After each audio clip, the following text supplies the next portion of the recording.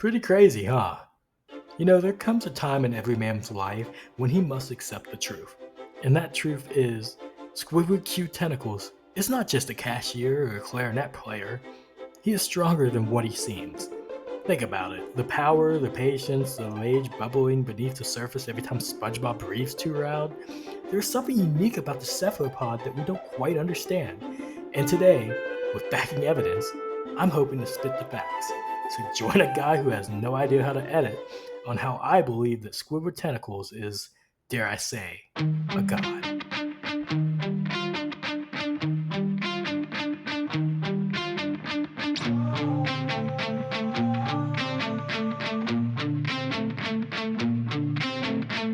I run away. Before I begin, let's just get this out of the way.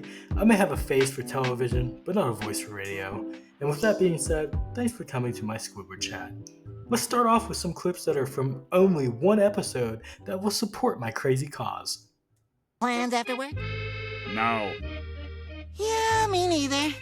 Just gonna be hanging at Casa de Spong, huh? Feel free to drop by if you're in the neighborhood. Allow me to explain something here. Even going back and reviewing this scene, there isn't even a frame that shows how fast Squidward is in this scene. To move like this when surrounded by water is completely unheard of. And to be surrounded in a boat while your hat and reading material is still attached in one frame? Wow. Just wow. So what do you say, Squidward? How about you come over to my house for a visit tonight? Squidward? Squidward? Squidward? Squidward? SpongeBob, thank you so much for that lovely invitation. But I must respectfully tell you, I will never visit you. Never! Rada! I mean, how incredible is it that Squidward has the ability to use a little shout to send SpongeBob more than 30 feet backwards? And that's just showing little to mild aggression. Again, I want to remind you that this is just one episode out of a series. 24 hours later. Hey-ho, Squidward. You got any... Before you ask me that question, ask yourself this. Why would I leave the comfort of my home for your dirty little hovel?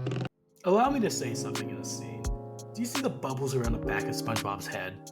Do you know how fast you have to move to not only cut off a sentence using your tentacles, so to speak, but also to apply that much force and speed within a frame of a second? It's terrifying! And this isn't even full anger. This is just irritation. This right here is just unreal.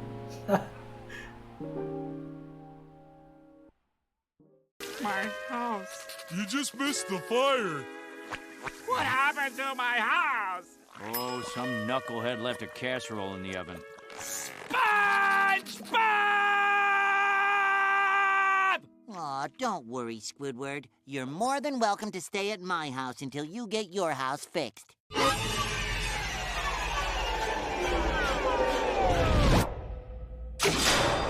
yes, I'd love another spout of tea, Mr. Vacuum Cleaner.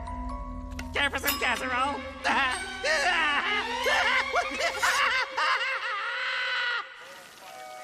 Squidward? You okay? Squidward?